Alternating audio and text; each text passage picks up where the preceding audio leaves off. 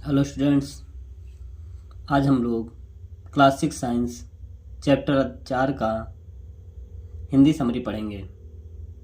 Chapter 4 अध्याय 4 सामग्री को समूहों में छांटना। हमारे आसपास की वस्तुएं विभिन्न प्रकार की सामग्रियों से बनी होती हैं। हमारे आसपास जो भी वस्तुएं पाई जाती हैं वे अलग अलग तरह के विभिन्न प्रकार के सामग्रियों से बनी होती हैं। एक दी गई सामग्री का उपयोग बड़े संख्या में वस्तुओं को बनाने के लिए किया जाता है।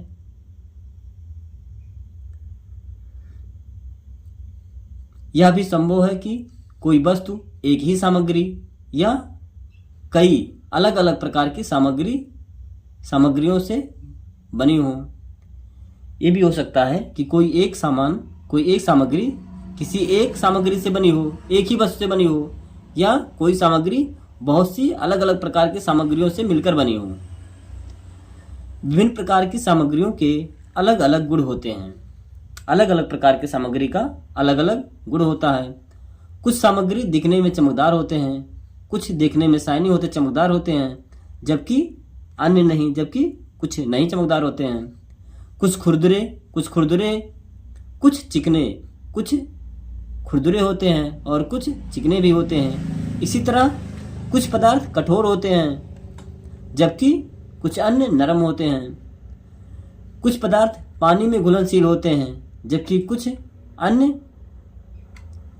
अघुलनशील होते हैं। कुछ ऐसा भी सामान होता है, ऐसा भी पदार्थ होता है जो जल में घुल जाता है, और कुछ ऐसे भी ऐसे ही सामग्री होते हैं जो जल में नहीं घुलते हैं। कुछ सामग्री जैसे कांच पारदर्शी होते हैं।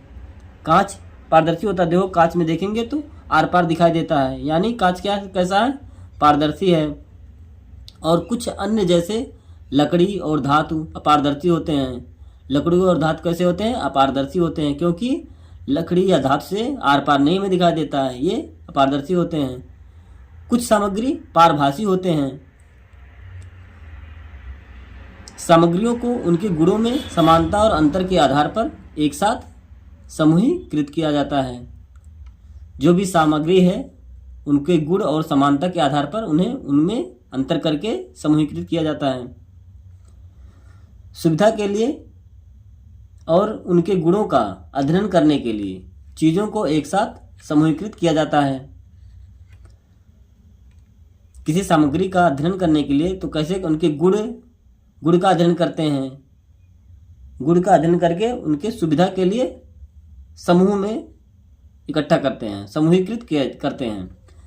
सामग्री को उनके गुणों के आधार पर वर्गीकृत किया जाता है, जैसे उपस्थिति, कठोरता, घुलनशीलता, फ्लोट, सिंक, पारदर्शिता, गर्मी का संचालन, पदार्थ की अवस्था, बिजली का संचालन, चुंबक के प्रति आकर्षण, ज्वलनशीलता। ये सब गुण देखा जाता है, उसी आधार पे सामग्री को वर्गीकृत किया जाता है। वर्गीकरण के लाभ। वर्गीकरण करने से हमें क्या क्या फायदे होते हैं। ए, वस्तुओं की पहचान में मदद होता है। वर्गीकरण कर लेंगे तो इससे हमें क्या फायदा होता है। सबसे पहले वस्तुओं का पहचान करने में हमें मदद करता है। वस्तुओं को छांटने में मदद करता है। चीज़ों का पता लगाने में मदद करता है। डी, अलग अलग वस्तुओं का अलग अलग अध्ययन करने के बजाय अलग अलग वस्तुओं का अध्ययन आसान और अधिक सार्थक बनाता है। ई, वस्तुओं के बीच समानता और असमानता को समझने में मदद करता है।